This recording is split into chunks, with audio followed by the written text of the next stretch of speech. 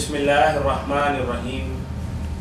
मुअज़्ज़ज़ ख़ातीन व हज़रात, आपके पसंदीदा प्रोग्राम फतावा ऑनलाइन के साथ मैं हूँ आपका मेज़बान मियां ताहिर, और इस प्रोग्राम में आपकी तरफ से आने वाली फ़ोन कॉल्स के जवाब देने के लिए मेरे साथ तशरीफ़ फरमा हैं मुल्क की मारूफ इल्मी शख्सियत मोहतरम मौलाना मोहम्मद इसाक मद्दजिल्लुल आली। फतावा ऑनलाइन इस्लामी तालीमात और सवाल जवाब का ये प्रोग्राम हर इतवार इन्हीं औकात में आपकी खिदमत में पेश किया जाता है। आप भी अपने मसाइल के हल के सिलसिला में हमें कॉल कर सकते हैं। कॉल करने के लिए हमारा टोल फ्री नंबर है 0800-117777। जी मौलाना, हमारे पास कुछ तहरीरी सवालात हैं, हम उनसे अपने प्रोग्राम की इब्तिदा करते हैं। तो एक भाई का पहला सवाल ये है कि मैं कभी ज़ोहर या असर की नमाज के अंदर 2 रकतों के बाद मस्जिद के अंदर पहुंचता हूं और इमाम के पीछे खड़ा हो जाता हूं, तो मेरी 2 रकतें जो पहली होती हैं वो मैं बाद में अदा करता हूं। तो क्या उन रकतों में भी मैं कुरान करीम की कोई सूरह मुबारक की तिलावत करूंगा? ज़ोहर असर की नमाज में आकर शामिल होते हैं, 2 रकतें गुजर जाती हैं, 2 इन्हें मिलती हैं। हाँ, और 2 इनके बाद उठकर पढ़ते हैं। जी बिल्कुल। ये जिस तरह भी पढ़ लेना पिछड़ी रखते हैं, ठीक ही। मतलब में अगर सोचते हैं पढ़ लें तब भी ठीक। इमाम अबू हनीफा रहमतुल्लाह अलैह इनका यही ख्याल है कि पहली रकतें छूट गई हैं, बाद में उठकर बिल्कुल उसी तरह जिस तरह पहली रकतें पढ़ने की हैं जो छूटी हैं। हाँ, पहली में उठकर सुबहानक अल्लाह रहमान शरीफ सूरत, फिर सजदे करके उठ जाए, दूसरी में रहमान शरीफ और सूरत पढ़ के ये तरतीब जो इस तरह पहले पढ़नी थी ना, जब शुरू में होता वो असल तरतीब वो कदा हो गई। बार बार उसने आज पहले पढ़ ली है, पहली उसकी रह गई, वो बाद में पढ़ी। दूसरे लोग कहते नहीं ये बात कोई नहीं, ये उसकी बात नहीं हो सकती। ध्यान से उसने आकर अल्लाह अकबर कहा, अगर वो तकबीर तहरीमा नहीं तो उसकी नमाज ही नहीं शुरू हुई, और अगर तकबीर तहरीमा तो वो तो आदमी हो, इसलिए उसकी पहली रखते हैं वही है जो आपकी साथ पढ़ी। उसमें कुछ पढ़ा या नहीं पढ़ा ये लॉजिकली बात, 1-2 नंबर उसको। अब तीसरी चौथी जो है ना वो सिर्फ हम यही पढ़े और कुछ। तीसरा ग्रोह दरम्यान में आ गया कि बाद में उठकर जो पढ़े वो पढ़ने के लिहाज से तो पहली समझे, सुभान अल्लाह जो हमें पढ़े ना वो यही समझ के पढ़े मेरी ये पहली, मगर अत्ताहियात के लिहाज से आखिरी। अगर इस मसले पे में रखने का कि कोई बात न यार ये वो मानो दरमियान वाली बात ठीक थी जो आपने फरमाई है कि जहाँ से अल्लाह अकबर का वो उसकी नंबर है, आगे 2 3 4 सीधा चलता जाए, परेशान होने की। जज़ाकुमुल्लाह हसन जज़ा। बात वाज़ेह होगी कि अगर किसी भाई की ज़ोहर या असर की 2 रकतें रह गई हों और तीसरी और चौथी के अंदर आके शामिल हुआ हो, तो यही समझे कि जिसमें शामिल हुआ है वो उसकी पहली है। इमाम की बेशक तीसरी या चौथी या दूसरी हो, आपकी पहली होगी। यही बात आपने फरमाई ना। जज़ाकुमुल्लाह हसन जज़ा। कनाडा से मिसिस जमाल अजीम ने हमसे पूछा है जी कि अयाम हैज़ के अंदर क्या औरत कुरान करीम खोल कर उसकी तिलावत कर सकती है हाथ में पकड़ के? नहीं, हाथ में पकड़ कर नहीं तिलावत है, जुबानी को याद हो ना वो पढ़, यानी कुरान करीम हाथ के अंदर नहीं पकड़ा जाए। चलिए, अगर हाथ पे मानो ना कोई दस्ताने वगैरह चढ़ाए हुए हों या कुछ ऐसा, कोई बच्चा साथ बैठा हो, तो उसको बंदा कहता है कि बेटा सफ़ा पलट देना, तो मैं पढ़ते नहीं। अगर पकड़ा हुआ सफ़े उठता ये देख लेकर पढ़ती थी।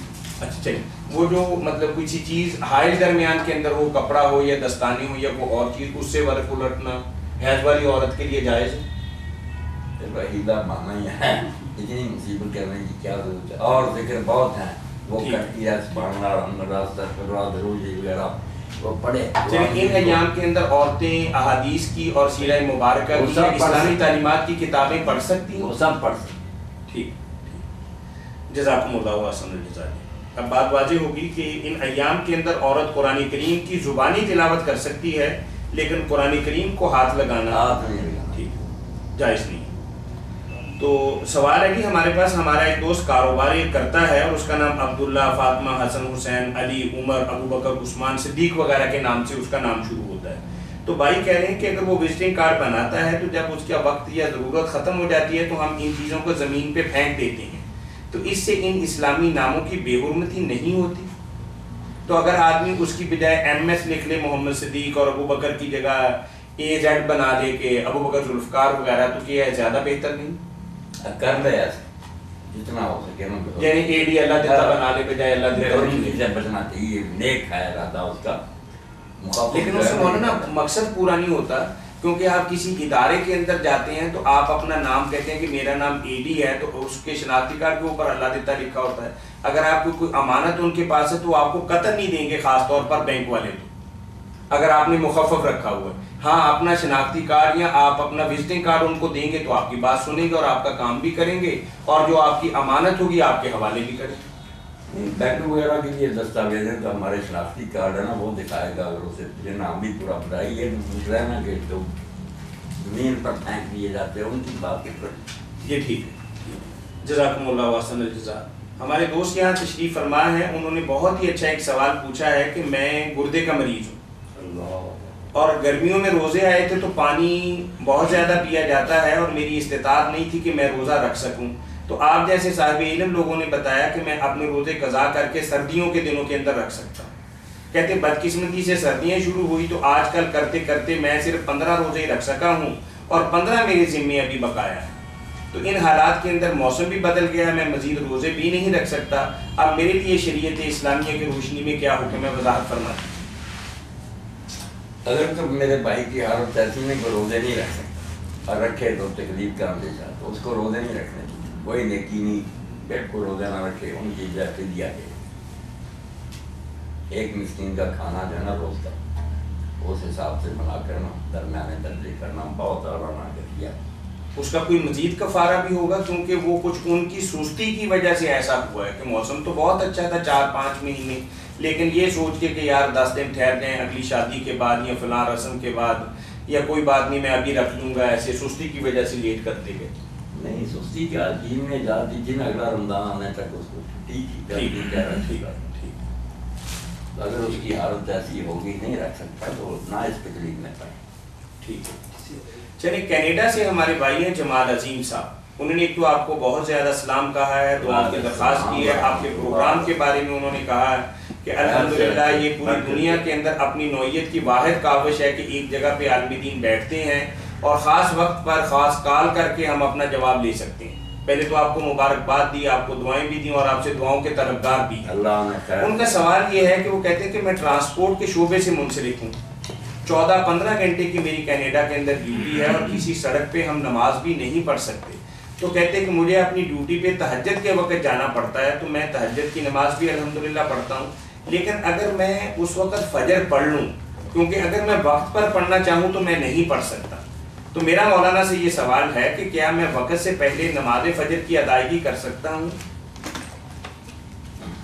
वक्त से पहले तो नमाज की अदायगी का दीन में कोई सब्र नहीं, बाद में है कि अगर नहीं वक्त पर पढ़ सकते तो और असर के साथ आप चला करके पढ़ लें, और अगर मुमकिन हो गाड़ी में बैठे बैठे आप चलाते हुए जिधर को गाड़ी जा रही ना उठे ना सजदे करें, बस इशारे से ही ना अल्लाह पढ़ें, थोड़ा सा सर झुका दें, गाड़ी को चलने दें और वक्त के अंदर पढ़ लें, तो ये सबसे सदा है ना। वक्त से पहले तो नमाज ही ना हो सकती नहीं मौलाना, आप ये पढ़ लें, बेशक किबला रुख ना हो, गाड़ी चलती रहे, आप थोड़ा सा सर झुका करना, ये फर्ज नमाजों के अंदर भी ये गुंजाइश कर है। सकते। और लंबा चौड़ा जो है ना कि 3 तस्बीहें 4 इतना ना करे, जो है ना कि 3 तस्बीहें 4 इतना ना करे, सुभान रब्बियल अज़ीम एक बार बस काफ़ी। इसका साथ में नमाज अदा करना हमारी इत्मीनान से पढ़ी से इंशाअल्लाह 1000 दर्जा बेहतर। अकली एतबार से तो आपकी बात समझ में आती है, क्या नकली एतबार से भी आप कोई दलील मरहमत फरमाएंगे? यही बात नहीं, कोई इसकी दलील मतलब दलील वही कश्ती वाली है, कश्ती से उतर नहीं सकते थे लोग, तो कहा कश्ती में फिर वो नमाज पढ़ लें। ठीक है, जज़ाकुम। जमाल भाई, आपके सवाल का बहुत ही खूबसूरत जवाब मौलाना ने आप जैसे बहुत से भाइयों के लिए दिया जो दीवार गैर के अंदर रहते हैं और नमाजों के औकात उनके लिए काफ़ी मुश्किल होता है उसको संभालना। तो मौलाना ने यह फरमाया कि आप वक्त से पहले तो नमाज पढ़ ही नहीं सकते, नहीं, और वक्त के बाद पढ़ सकते हैं, लेकिन उसकी बजाय अगर आप ड्राइविंग सीट पर ही बैठे बैठे इशारे के साथ बेशक चंद कलिमात ही अदा करें, सिर्फ फातिहा करके सर को झुका दें और फिर एक आध दफ़ा तस्बीह आप कर लें और इस तरीके से सलाम फेर दें, तो ये अल्लाह ताला के यहाँ बहुत ज़्यादा पसंदीदा अमल गिना जाए। सुन्नत और नफल वगैरह छोड़ दें, सिर्फ फर्ज ही इस तरह पढ़ लें, इंशाअल्लाह खैर है। जब सफ़र ख़त्म हो फिर इत्मीनान से नमाजें पढ़ें। जो नमाजें सफ़र के बाद आएँ वो इत्मीनान से पढ़ लें, या तो इसको आप मुअख्खर कर सकते हैं कि अगली नमाज जब भी आपको मिले उसके साथ मिला के पढ़ लें। तो या मौलाना ने एक दरमियानी शक्ल बताई है कि आप अपनी सीट पर बैठे हुए भी इशारे किनारे के साथ भी नमाज की अदायगी। मुअख्खर करना या कज़ा करना जो है ना खतरे की बात है, गुनाह है। ना वक्त से पहले ना वक्त के अंदर अंदर मेरे भाई जिस तरह आप थोड़ा बहुत सार काम कर सकते हैं ना कर लें, बेशक किबला रुखना हो, सजदा ना कर सकें, सारा इधर कर लें। ठीक है जी, ठीक है। मौलाना एक भाई हैं हमारे हाफिज नुमान साहब अमेरिका से, आपके साथ भी उनका बहुत अच्छा राब्ता है। तो उन्होंने चंद दिन पहले एक सवाल आपसे पूछा था कि क्या हजरत अब्दुल्ला बिन अब्बास रजी अल्लाह तआला अन्हु ने किसी ऐसे हुआ कि उन्होंने जुमा ना पढ़ाया हो और अजान के अंदर ही ये बात कह दी हो कि अला सल्लू फिर रिहाल? नहीं, जुमा तो पढ़ाया उन्होंने, मगर इसलिए कि कीचड़ है, लोग इस तरह अगर उनको कहें हैया अला सलाह ये तो पाबंद हो जाएंगे आने के लिए, तो मुश्किल में फंसे। उन्होंने फिर जुम्मा की अजान में मौज़िन को कह दिया कि हैया अला सलाह या फलाह की बजाय ना अला सल्लू फिर रिहाल ये कह दो। तो लोग हैरान हुए कि ये जो आपने करवाया कि घरों में नमाज पढ़ लो, ये क्या हुआ? उन्होंने कहा जो कायनात के बेहतरीन थे रसूल करीम उन्होंने करवाया, तो मैं अगर हैया अला सलाह कहता तो जुम्मा पर फ़र्ज हो जाता, आना पड़ता, इस मुसीबत में पड़ते, कीचड़ में कैसे दलदल में धंस जाते हैं। ये सही बुखारी सब किताब में, यानी सही बुखारी में ये रिवायत है। अच्छा, तो ऐसा भी हुआ था कि उस दिन उन्होंने जुमा और असर की नमाज को मिला के पढ़ाया हो? नहीं, ये नहीं जिक्र उसमें। आप तो आए थे ना मस्जिद में, थोड़े से बंदे है थे, 6-7 पढ़ लिया।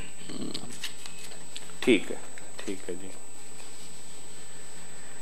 मौलाना भाई का सवाल ये है कि अभी बैठे बैठे उन्होंने हमें सवाल भिजवाया है और आपसे रहनुमाई चाह रहे हैं कि वो कहते हैं कि क्या सईदा साहब सिर्फ फर्ज नमाज ही में करना चाहिए या नवाफिल या सुन्नतों के अंदर भी अगर कोई कमी बेशी होगी हो तो उसमें सईदा साहब करना चाहिए, या इसका ताल्लुक सिर्फ फर्ज नमाजों के साथ ही है? ख्याल तो ये भी उम्मत में मौजूद है, कई उलमा बड़े बड़े यही कहते हैं कि फ़र्ज नमाज जो है ना उसको संवारना चाहिए, उसमें कोई खलल हो जाए तो सजदा साहब करना चाहिए। नवाफिल की क्या बात है, जिस तरह पढ़े जाएं, मगर ज़्यादा लोग यही कहते हैं कि उनमें सजदा साहब करना। नबी अलैहिस्सलाम ने जितने किए हैं उनका ताल्लुक तो फ़र्जों से ही है, उसी का जिक्र आया, आपको नफलों सुन्नतों का नहीं है।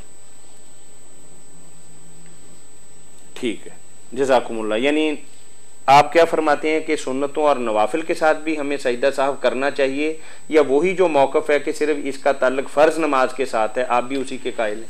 कोई कर रहे तो उसको हम गुनाहगार भी नहीं करेंगे, अगर कोई नहीं करता तो उसको भी नहीं कहेंगे कि उसकी नमाज ना अक्सर रहेगी, फ़र्जों की फिक्र करेंगे।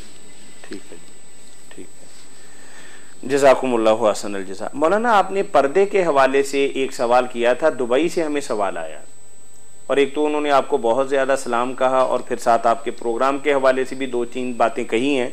तो उनका सवाल ये है कि आपने ये फरमाया कि महारम से जो पर्दा है ना वो नाव से लेकर घुटने तक है। बिल्कुल। उन्होंने कहा कि अगर हमारी औरतें हमारे घरों के अंदर इस तरीके से वो रहेंगी तो फिर हम कहाँ जाएंगे? नहीं, इसका मतलब ये नहीं कि औरतें इसी तरह रहें, ये तो बात जो समझता है उसकी दुरुस्त नहीं समझ है। ठीक है, ये सिर्फ जवाब की बात कि अगर घर में काम करते वक्त बाजू नंगे हो जाएं, पिंडलियाँ हो जाएं, गला नंगा हो, तो आखिरी हद ये है कि महरम औरतें जो है ना वो अपने महरम रिश्तेदारों के सामने नाप से घुटनों तक ढकें, इससे ज़्यादा कोई हिस्सा नंगा हो जाए की ज़रूर से, बाकी इसको हद बनाना और इसी तरह रहना ये तो बिल्कुल वकार के और शराफत के खिलाफ बात उनकी ठीक है। बात के अगर आदि हो जाएंगे ऐसा तो फिर बाहर भी बेपर्दगी शुरू हो जाएगी, या घर के अंदर ही वो बंदा कहता है कि हम तो बड़े परेशान हो जाएंगे कि वो नहीं दीन पे अमल भी कर रही हैं और हमें तंग भी कर रही हैं। इसको रूटीन नहीं बनाना कोई आदत है, बस काम काज में अगर सर नंगा हो गया या गर्दन वगैरह इस तरह ही, बाकी तो आखिरी हद उसकी जो है नाप से घुटने तक तो ज़रूर छुपाना। ठीक है जी, ठीक है, जज़ाकुमुल्लाहु अहसनल जज़ा जी। मौलाना हमारे दोस्त हैं यहाँ, उन्होंने सवाल किया है कि इमाम जलालुद्दीन सयूती अपनी किताब तारीख़ुल खुलफ़ा में एक हदीस लाए हैं कि हजूर नबी करीम सल्लल्लाहु अलैहि वसल्लम ने फरमाया कि मेरी उम्मत में 12 इमाम होंगे और वो कुल्लुहुम सैयद और कुरैश होंगे, मगर शूमी किस्मत कि कई लोग आइम्मा अहले बैत के नाम के साथ इमाम तो नहीं लगाते, जबकि दूसरे लोगों के साथ इमाम का लफ्ज इस्तेमाल करते हैं। जैसे इमाम अबू हनीफा रहमतुल्लाह अलैह हैं, इमाम मालिक शाफी, इमाम इब्न तैमिया, इमाम मालिक, या कुछ और लोग हैं कि जो उनके साथ ये इमाम का लफ्ज इस्तेमाल करते हैं। जो हकीकी इमाम है उनके साथ इमाम का लफ्ज इस्तेमाल नहीं करते। भाई का सवाल ये, भाई का सवाल जो है ना, क्या आपने फरमाया दीन गायब रहेगा और इस्लाम उस वक्त तक चलता रहेगा जब तक इस उम्मत में 12 अमीर या खलीफे ना हो जाए। इमाम तो नहीं, वहाँ तो लफ्ज़ है अमीर का और खलीफे का। तो अब जो शिया हज़रात कहते हैं कि वो 12 इमाम हैं, ये जो अहले बैत में से बड़े नेक और साले लोग हैं, उनमें से अमीर सिर्फ हज़रत अली हुए हैं, उनको हुकूमत मिली है। हज़रत हसन कुछ महीनों के लिए हुए, और इमाम जो है महदी वो होंगे, बाकी अमीर नहीं हो सके। वो काबिल जितने जी चाहे, मगर वो इल्म के इमाम हैं, उमरा और हुक्काम नहीं बन सके। हदीस में ताल्लुक जो बात है वो हुक्काम की, हाकिम। अब इसके दो माने है, तो इस बारे में बहुत उलमा में परेशानी कि वो 12 क्या है, किस तरह होंगे। दफ्तर लिख कर लोग थक गए, क्योंकि अगर सारे गिनते हैं तो अब तक सैकड़ों से ज़्यादा हो चुके हैं। अगर नेक गिनते हैं तो हज़रत हसन के बाद नेक मिल, तो फिर क्या है इसका परेशान। यही वो मेरे भाई की बात शिया कहते हैं, हमारे जो हैं उनको यार तुम मेरे सुन्नत नहीं मानते हो, साले नेक साले हैं मगर अमीर नहीं बन सके, हुकूमत नहीं उनको मिली। तो कुछ लोगों ने तो फिर कहा कि लगातार जितने हैं ना वो ही है, उसमें फिर यजीद भी आता। ये शिया हज़रात फिर कहते हैं देखो तुम्हारी किताब में उसको भी शुमार किया। तो इसमें समझने की बात है कि अगर लगातार ही मुराद है ना, तो इसमें उन हुक्मरानों की तारीफ नहीं कि वो अच्छे होंगे या बद होंगे। वो दूसरी हदीसों से पता चलता कि 30 साल के बाद में वो ज़ालिम हाकिम है। वो सिर्फ इस्लाम के गलबे की बात है कि 12 हुक्मरान होने तक ना इनका रौब रहेगा, बाकी कुफार इनसे मरूब होंगे। और वाकई उम्मीद ने जब खुद ही अपने खलीफे के खिलाफ बगावत करके कत्ल कर दिया उसको, इनका फिर रौब जाता रहा। 2 हुकूमतें बन गई, स्पेन में अलग हो गई, अब्बासियों के अलग। तो अगर लगातार माने तो फिर खलीफे नेक बद नहीं, वो बद भी हो सकते हैं, मगर वो पीरियड बताया गया कि 12 हुक्मरानों तक में इस्लाम का रौब रहेगा। इसी तरह या फिर जो इमाम इब्न तैमिया और इब्न कसीर ने कहा कि 12 होंगे, मगर उनमें लगातार होना शर्त नहीं, वो क़यामत तक होंगे। कुछ हो गए उमर बिन अब्दुल अज़ीज़, कुछ फिर इमाम महदी से पहले, आखिरी क़यामत तक हों, क़यामत तक। ये 2 तशरीह ठीक, यानी उसमें तसलसल वाली बात नहीं है, सिर्फ ये कि क्वांटिटी पूरी होगी, 12 हो जाएंगे क़यामत तक नेक। अच्छा, इमामत का दुरुस्त मफहूम क्या है मौलाना आपकी नज़र में? इमामत जिस आदमी को लोग अपना लीडर माने, पेशवा माने, अगर इल्म में माने तो इल्म का इमाम है, नमाज में खड़ा करने लगे उसकी इक़्तिदा में नमाज पढ़े वह इमाम सलात है। अगर हुकूमत उसको दे दी जाए तो इमाम पे कुबरा है उसकी। ठीक, मतलब उसका ये है कि दुनियावी एतबार से किसी को, मतलब नेक साले इंसान को अपना बड़ा बना लिया जाए, या दीनी एतबार से किसी को अपना पेशवा समझ लिया जाए। बुरे को भी जैसे बनाए, कुरान कहता ना कि वो फिरौन उनके आइम्मा थे, वो दोज़ख की तरफ बुलाते थे। बुरे भी इमाम हैं, नेक भी है, जो भी किसी कौम और उम्मत का पेशवा बना हुआ है जिसके वो पीछे चल रहे हैं, नेक है तो उनकी अच्छी किस्मत है, बाद है तो भोगते फिरेंगे। ठीक, जज़ाकुमुल्लाहु हसन जज़ा। वजअलनाहुम अइम्मतन यहदूना। भाई का सवाल ये है कि क्या ये बात सही है कि इब्न अब्बास रज़ी अल्लाह तआला अन्हु अपने किसी शागिर्द को या मुरीद को बचाने के लिए एतकाफ से बाहर आ गए थे और बाहर निकल के रो भी पड़े थे? नहीं, ये मेरे ज़हन ऐसी कोई बात नहीं।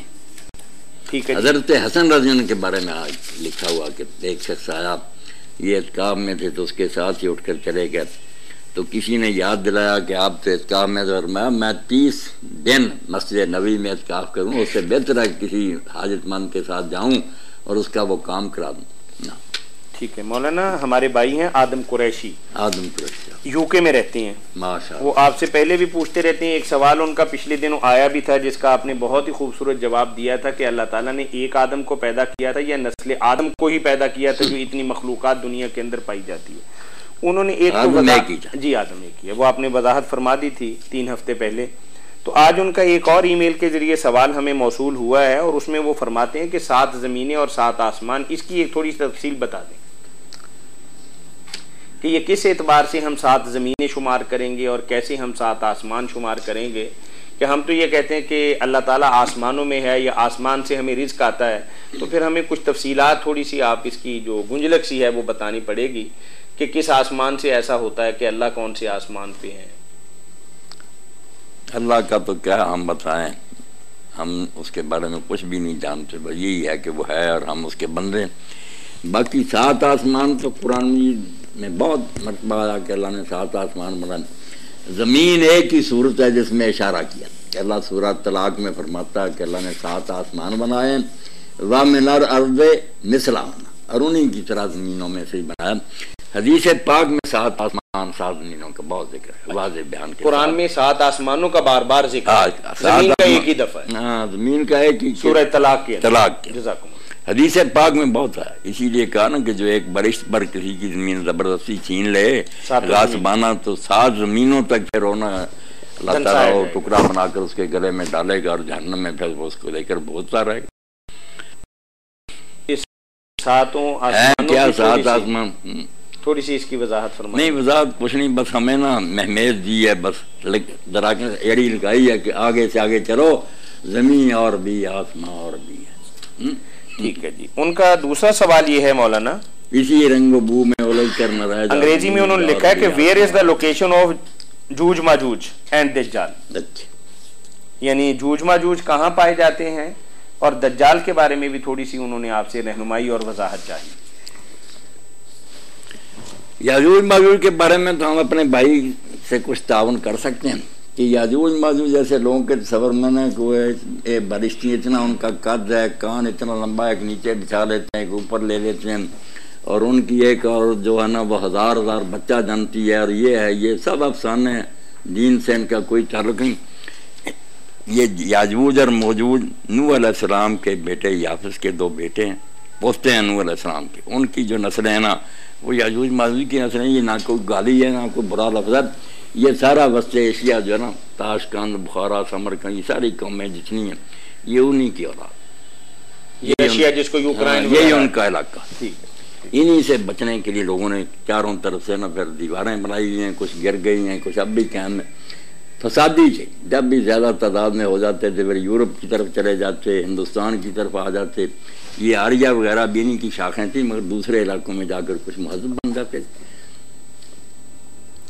याजूज माजूज तो यही क़यामत से पहले ना इनका बड़ा फितना होगा, दोबारा उठेंगे।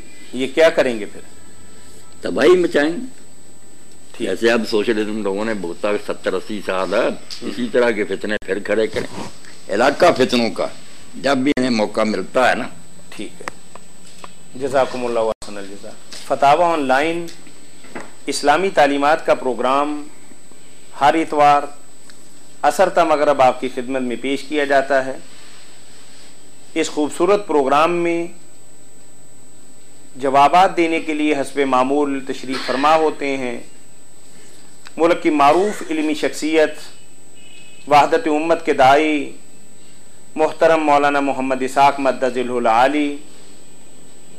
इस्लामी तालीमात और सवाल जवाब का ये प्रोग्राम फतावा ऑनलाइन हर इतवार असर ता मगरब आपकी खिदमत में पेश किया जाता है। आप भी अपने मसाइल के हल के सिलसिला में हमें कॉल कर सकते हैं। कॉल करने के लिए हमारा टोल फ्री नंबर है 0800-117777। याद रहे कि यह प्रोग्राम हर इतवार असर ता मगरब आपकी खिदमत में पेश किया जाता है, और आप तहरीरी फतवा के हसूल के सिलसिला में भी हमारे इदारा से राब्ता काम कर सकते हैं, और उसका तहरीरी जवाब भी आपको दिया जाता है। मौलाना ये बात आपने बता दी कि यूज माजूज जो है ये कुर्बे क़यामत की निशानियों में से एक है, या उससे पहले इनका जो कहते ना खुरूज से लोगों ने समझ लिया ना कि वो पिंजरे में बांधे वहां से निकले। खुरूज का माना निकलना भी है, शोरश भी है। जब लोग बागी हो जाते हैं हुकूमत के खिलाफ तो खुरूज ही कहते हैं ना कि निकल आए, बाजारों में आ गए और उन्होंने हंगामे बर्पा कर दिए। फितना खुरूज है, याजूज माजूज है ना। ठीक है, इस सिलसिला में मैंने एक किताब मुझे याद आ रही है, आप भी शायद उसी की निशानदेही फरमाएंगे। मौलाना अबुल कलाम आज़ाद रहमतुल्लाह अलैह ने एक किताब लिखी है, प्यारी किताब, वो असल में उनकी तफसीर का हिस्सा, असहाबुल कहफ अलग किताब नहीं है, मजूद ज़ुल्म करना है, इन सब पर होना किस्सा खिज़र और मूसा, ठीक वो है, तफसीर का हिस्सा मौलाना भी एक किताब है। आदम कुरैशी साहब को बताते चले और दीगर दो अहबाब हमारा प्रोग्राम सुन रहे हैं कि पाकिस्तान के एक मारूफ इशाती इदारे तारिक अकेडमी ने मौलाना अबुल कलाम आज़ाद रहमतुल्लाह अलैह की किताब जो याजूज माजूज के मुतालिक बहुत मुफस्सल और बहुत ही ज्यादा खूबसूरत और मुस्तनद किताब है, तारिक अकेडमी फैसलाबाद ने उसे शाया की है। अगर आप उस किताब का मुताला करेंगे तो आपके ज़हन के अंदर आने वाले बेशुमार इश्कालात जो हैं अल्हम्दुलिल्लाह वो हल हो जाएंगे। और आपके हवालों से उन्होंने साबित जी ठीक, बहुत अच्छा बताया। ये हमारे पास एक तहरीरी सवाल है मौलाना, क्या यजीद के कहने से इमाम हसन मुश्तबा की बीवी जोधा बिन अशस ने आपको जहर दिया था? ज्यादा ने उन्होंने पेश लिख के डाला है जी, पता नहीं ज्यादा बिनते अशस ने आपको जहर दिया था ताकि बाद में मैं तुमसे शादी कर लूंगा, लेकिन उसके बाद बता रहे हैं कि वो मुकर गया। क्या वाकई ऐसा हुआ था? और जब उनकी कै आई तो उनके जिगर के टुकड़े उनके मुंह के रास्ते कै की शक्ल के अंदर बाहर निकले थे? ये जो मुसलमान बात है कि इमाम हसन अलैहिस्सलाम ना जहर से ही शहीद हुए, ये तो सब मुहद्दिसीन और रखीन ने लिखा, मगर जहर किसने दिया, किसके कहने पर ऐसी साजिशें जो हैं इनके बारे में को पता चलता है, कोई सबूत छोड़ता है, अंदाजे ही होते हैं। तो ये औन मबूद जो शरह अबू दाऊद उसमें मौलाना शम्स कज़ीम आबादी ने तो यही लिखा कि यजीद बिन मुआविया के इशारा पर ही ना उस ज़्यादा ने इमाम हसन अलैहिस्सलाम को जहर दिया था। ठीक है, किताबों में ज़्यादा लोग यही दिया जो लिखते हैं, इब्ने हजर भी के 3 बार दिया, आखिरी मरतबा फिर बहुत ज़्यादा थे जिससे जिगर के टुकड़े उल्टी आकर फिर हाथ में गिर गए। ठीक है, ये आदम कुरैशी सलाम ने बहुत पूछा कि भाई किस पर शुबा हुआ, उन्होंने कहा क्या करोगे, उसको कत्ल करना चाहती है, अगर वही है जो मेरा ख्याल है मैंने अल्लाह पर मामला छोड़ा वो बेहतरीन काम देने वाला, और अगर नहीं तो क्यों खाम खा लोगों को कत्ल करना। बस ठीक है, ये आदम कुरैशी साहब का तीसरा सवाल है जो यूके से हमें जो मेल के जरिए मिला है, what is the status of हदीस in which it is said उलमा ऑफ दिस उम्मा are equal to prophet of बनी इसराइल, यानी वो हदीस मुबारका है ना कि यानी उलमा उम्मती का अंबिया बनी इसराइल। हाँ बिल्कुल, अल्फाज अरबी में ये पढ़े जाते हैं। जी बिल्कुल, उसका ही पूछा है कि वो हदीस किस पाए की है और उसकी थोड़ी वजाहत भी फरमा दें। आदम साहब अल्लाह ताला आपको खुश रखे, पाया इसका कुछ नहीं, एक तो होता ना चलो कुछ कमजोर हो, नहीं कमजोर भी नहीं, ये बातिल्लाह सल्लल्लाह बिल्कुल घड़ी हुई और कोई इसके घड़ने वाले का भी पता नहीं, कोई साथ पैर ही नहीं। ये जस्टिस मुनीर की जब अदालत या जस्टिस कियानी की कादियानियों के खिलाफ चल रहा था मामला, तो उन्होंने भी ये हदीस पेश की थी। अच्छा, कि अंबियाए बनी इसराइल की तरह इस उम्मत के आलम है, इसलिए मिर्जा साहब यार अगर नबी बन गए फिर क्या मौलवी नबियों के बराबर है। तो फिर उलमा ने उस वक्त आंखें खोली और कहा इसकी कोई सनद पेश करो, जाली सच्ची कोई दिखाओ, कौन बयान करने, कुछ ना निकला। वालेकुम सलाम। बिल्कुल ये बनावटी। अल्लामा अलबानी साहब ने यही लिखा कि कादियानियों की दलीलें ऐसी हैं सिलसिला तो हदीस ज़ईफ़ा। ठीक है, बिल्कुल ये बेबुनियाद बात। चलें, आदम कुरैशी साहब, मौलाना ने आपके सवाल के जवाब के आपका जो सवाल था कि जिसमें उम्मत के उलमा बनी इसराइल के अंबिया की तरह हैं, तो मौलाना ने बड़ी वजाहत के साथ बताया कि ये बिल्कुल बेबुनियाद, इसको हदीस ही नहीं कहा जा सकता, कुछ नहीं कहना, ये हदीस है ही नहीं। चलें मौलाना, ये दियारे गैर के अंदर रहने वालों के कुछ मसाइल ऐसे हैं कि हमारे उलमा उसके बारे में बहुत ही दो टोक किस्म की बात नहीं करते। तो भाई ने फिर हमसे ये पूछा है कि हम ऐसे मुल्क के अंदर रहते हैं कि आपकी तरह आज़ादी के साथ 5 वक्त उनके ख़ास औकात पर हम नमाज की अदायगी नहीं कर सकते, तो क्या हम मुस्तकिल बुनियादों पर जब तक यहाँ रहते हैं तो क्या हम यहाँ अपनी नमाज जो है ज़ोहर असर मिला के या मगरिब इशा मिला के पढ़ सकते हैं? अगर अलग अलग पढ़ना मुमकिन नहीं, कोशिश तो यही करनी चाहिए ना कि अलग अलग पढ़ा जाए, जो उनके औकात हैं उन पर अदा की जाए। बेशक सुन्नत नफल वितर वगैरह छोड़ दें, सिर्फ फर्जी वक्त पर पढ़ लें। अरे ये भी नहीं हो सकता तो फिर मजबूरन जमा कर लें। मतलब अगर आप उनको जमा करने की आज़ादी या इजाज़त नहीं देंगे तो वो नमाज छोड़ देंगे मौलाना? नहीं, नमाज वक्त पर तो पढ़ नहीं सकते। नमाज नहीं छोड़नी, बिस्तरा पढ़ सकते हैं, पढ़े जमा करके पढ़ सकते हैं, बिस्तरा ही पढ़े। अच्छा, छोड़े ना नमाज का तर्क कुछ। यानी मौलाना ने फरमाया कि कोशिश यही करनी चाहिए कि हर नमाज को उसके वक्त पर अदा करना चाहिए, अगर फ़र्ज़ महाल आपको इस बात की इजाज़त नहीं मिलती या आपका माहौल उसकी इजाज़त नहीं देता तो आप वक्त ज़रूरत दो नमाजें मिला के भी पढ़ सकते हैं। नमाज को एक जमा करने की एक शक्ल ऐसी है जिस पर सारी उम्मत मुस्तक है। वो मुश्किल भी कर लेना कोई बात नहीं, फिर हनफी भी राजी हैं सारे। वो जमा सूरी कि देखने में जमा है। माइक ला के ना इधरों ते इधर ला दे, गल पूरी हो जाए। गल पूरी करा एक मिनट उठी लाइट चलाना यार मोबाइल की देखो ਇਹਦੇ ਚ ਕੱਢੋ। मैं कटना तू क्यों कहते हैं ਸਾਰੇ ਦੋਸਤ ਜੀ ਉਹ ਕੱਢੋ ਨਾ, ਨਮਾਜ਼ ਮੈਂ ਲਾਈਟ ਤਾਂ ਰੱਖਣਗੇ। ਦੇਣਾ। ਪ੍ਰੋਗਰਾਮ ਤੋਂ ਬਾਅਦ ਤੇ ਸੂਫੀ ਰਸ਼ੀਦ ਸਾਹਿਬ ਤਸ਼ਰੀਫ ਲਿਆਏ। ਇੱਕ ਤੇ ਇਹਨਾਂ ਦੀ ਨਿਵਾਸੀ ਬਿਮਾਰ ਆ, ਉਹਦੇ ਲਈ ਆਪਾਂ ਖਾਸ ਦੁਆ ਫਰਮਾਉਣੀ ਹੈ, ਅੱਲਾਹ ਤਾਲਾ ਸਿਹਤ ਤੰਦਰੁਸਤੀ ਦੇਵੇ। ਇੱਕ ਉਹਨਾਂ ਨੇ ਬੜੀ ਮੁਹੱਬਤ ਨਾਲ ਤੁਹਾਡੇ ਲਈ ਚਾय ਪਾਣੀ ਦਾ ਇੰਤਜ਼ਾਮ ਕੀਤਾ, ਉਹ ਤੁਸੀਂ अल्लाह अजर दे कबूल फरमाए बरकत